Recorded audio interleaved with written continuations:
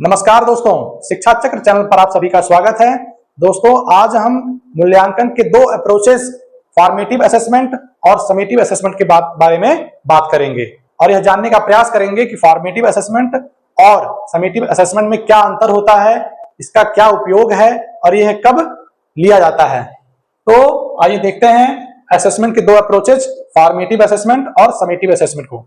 तो formative assessment को हिंदी में निर्माणात्मक, रचनात्मक, आकलनात्मक मूल्यांकन भी कहते हैं। समेटिव असेसमेंट को योगात्मक या सारांशात्मक मूल्यांकन भी कहते हैं। दोस्तों, हिंदी में कई टर्म हैं, लेकिन अंग्रेजी में हमेशा ये फॉर्मेटिव असेसमेंट और समेटिव असेसमेंट ही रहता है। इसलिए मैं आपको सलाह दूंगा कि आप इसको अंग्रेजी में जरूर याद कर लें, क्योंकि जब भी पेपर आता है तो उसमें हिंदी में कभी कभी नया टर्म आ सकता है, लेकिन अंग्रेजी में जो रहेगा हमेशा वो फॉर्मेटिव असेसमेंट ही रहेगा, समेटिव असेसमेंट ही रहेगा। तो अच्छा रहेगा कि हम इसके अंग्रेजी को अच्छे से याद कर लें। तो आइए देखते हैं फॉर्मेटिव असेसमेंट क्या होता है। फॉर्मेटिव असेसमेंट मूल्यांकन की ऐसी प्रक्रिया है जो शिक्षण प्रक्रिया के दौरान छात्रों की प्रगति को समझने और उसे सुधारने के लिए की जाती है। तो फॉर्मेटिव असेसमेंट का जो 3 केंद्र बिंदु है या जो 3 की पॉइंट है वो है, पहली चीज तो यह कब होता है। फॉर्मेटिव असेसमेंट शिक्षण प्रक्रिया के दौरान लिया जाता है। क्यों लिया जाता है? छात्रों की प्रगति को समझने और फिर उसको सुधारने के लिए फॉर्मेटिव असेसमेंट किया जाता है। फॉर्मेटिव शब्द का अर्थ ही होता है आकार देने वाला, या किसी चीज को आकार देने, विकसित करने या उसे सुधारने से संबंधित है फॉर्मेटिव शब्द। तो इस असेसमेंट का काम ही क्या है? शिक्षण प्रक्रिया के दौरान इसको लेंगे और क्या करेंगे, छात्रों के अंदर जो कमियां हैं उसको जानेंगे और फिर उस कमी को हम दूर करेंगे। यह मूल्यांकन शिक्षकों को यह जानने में मदद करता है कि छात्रों को पढ़ाई के दौरान या पढ़ने के दौरान कहां कठिनाई हो रही है और छात्र को कहां सुधारने की जरूरत है। इस मूल्यांकन में कोई दबाव नहीं होता है, क्योंकि यह मूल्यांकन शिक्षण प्रक्रिया के दौरान ही मौखिक प्रश्नों के द्वारा, ग्रुप डिस्कशन के द्वारा, क्विज के द्वारा लिया जाता है। इसलिए बच्चे के ऊपर किसी प्रकार का कोई दबाव नहीं होता है। तो यह मूल्यांकन कम दबाव या अंग्रेजी में कहें लो स्टेक वाला होता है। फॉर्मेटिव असेसमेंट छात्रों को सक्रिय भागीदारिता के लिए प्रेरित करता है, उनके अंदर आत्मविश्वास को बढ़ाता है, क्योंकि बच्चे का जब फॉर्मेटिव असेसमेंट किया जाता है तो उसके ऊपर परीक्षा जैसी कोई दबाव नहीं होती है।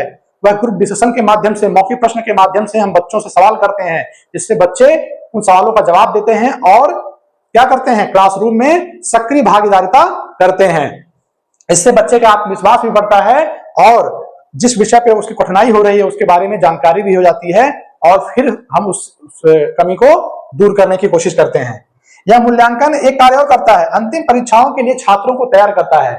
जब फॉर्मेटिव असेसमेंट किया जाता है तो बच्चे क्या होते हैं, फिर जो अंत में परीक्षाएं होती हैं, सत्र के अंत में, जो वर्ष के अंत में परीक्षाएं होती हैं, तो उसके लिए तैयार भी होते हैं। मान लीजिए किसी के बुक में 10 चैप्टर है, अगर हम एक एक चैप्टर को धीरे धीरे पढ़ेगा बच्चा, ठीक है, एक चैप्टर पढ़ा, उसका परीक्षा लिया गया, दूसरे का लिया गया, नहीं, छोटे छोटे टुकड़ों में हम उस पाठ को पढ़ाते हैं, तो अंत में जो परीक्षा होती है उसकी भी क्या होती है, वो तैयारी होती जाती है। यह मूल्यांकन अंतिम परीक्षाओं के लिए तैयार रखता है बच्चों को, और इसके उदाहरण क्या हैं? कक्षा में छोटा quiz, homework, group discussion, assignment, शिक्षक द्वारा मौखिक प्रश्न। तो इन विधियों के द्वारा हम फॉर्मेटिव असेसमेंट करते हैं और बच्चे के अंदर कठिनाइयों को पहचानते हैं और उसे दूर करने की कोशिश करते हैं, जिससे बच्चा समेटिव असेसमेंट के लिए तैयार रहे। अब आइए देखते हैं समेटिव असेसमेंट क्या होता है। समेटिव असेसमेंट यह मूल्यांकन किसी पाठ्यक्रम, विषय, सेमेस्टर या वर्ष के अंत में किया जाता है। इसका उद्देश्य यह मापना होता है कि छात्र ने कितनी जानकारी और कौशल अर्जित किए हैं। इसमें आमतौर पर ग्रेड या अंक दिए जाते हैं। यानी कि जो समेटिव असेसमेंट है, समेटिव का अर्थ ही होता है योगात्मक या अंतिम मूल्यांकन। तो समेटिव असेसमेंट में हम क्या करते हैं, जो वर्ष भर हमने बच्चे को पढ़ाया है, जो पाठ्यक्रम, जो विषय हमने पूरा उसको पढ़ाया है, उसमें कितना ज्ञान अर्जित किया है, उसको मापने के लिए हम लोग समेटिव असेसमेंट करते हैं। समेटिव असेसमेंट क्या होता है?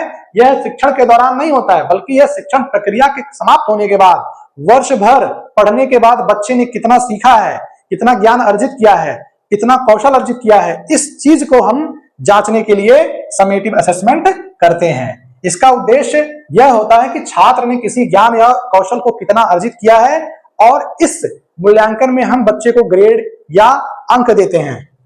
समेटिव का अर्थ होता है योगात्मक या अंतिम मूल्यांकन।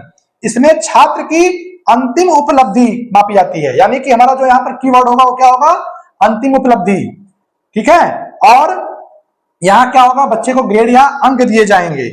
यह अधिक दबाव वाला या हाई स्टेक होता है। हाई स्टेक इसलिए बोलते हैं इसको क्योंकि इसमें बच्चे के ऊपर अंक लाने का दबाव रहता है, अधिक अंक प्राप्त करने का दबाव रहता है।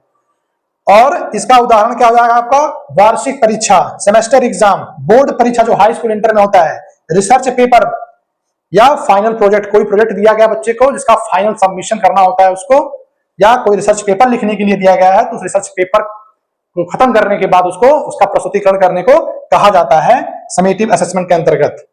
अगर देखें एक वाक्य में, फॉर्मेटिव असेसमेंट को हम कह सकते हैं असेसमेंट फॉर लर्निंग, सीखने के लिए मूल्यांकन, और समेटिव असेसमेंट को कह सकते हैं असेसमेंट ऑफ लर्निंग, सीखने का मूल्यांकन। तो समझने की कोशिश करते हैं क्या अर्थ है इसका। असेसमेंट फॉर लर्निंग यानी कि फॉर्मेटिव असेसमेंट में मूल्यांकन इसलिए किया जा रहा है ताकि सीखने की प्रक्रिया को और बेहतर किया जा सके, यानी सीखने के लिए मूल्यांकन किया जा रहा है कि बच्चे को और अच्छे से सिखाया जा सके। वहीं समेटिव असेसमेंट में हम सीखने का मूल्यांकन कर रहे हैं, बच्चे ने कितना सीखा है इसका मूल्यांकन हम लोग समेटिव असेसमेंट में करते हैं। परीक्षा में कभी कभार पूछ लेता है कि असेसमेंट फॉर लर्निंग किससे संबंधित है, तो उत्तर हो जाएगा फॉर्मेटिव असेसमेंट और असेसमेंट ऑफ लर्निंग, यानी कि सीखने का मूल्यांकन किसे कहेंगे, समेटिव असेसमेंट को कहेंगे। तो उम्मीद करते हैं आपको फॉर्मेटिव असेसमेंट और समेटिव असेसमेंट अब अच्छे से समझ में आ गया होगा।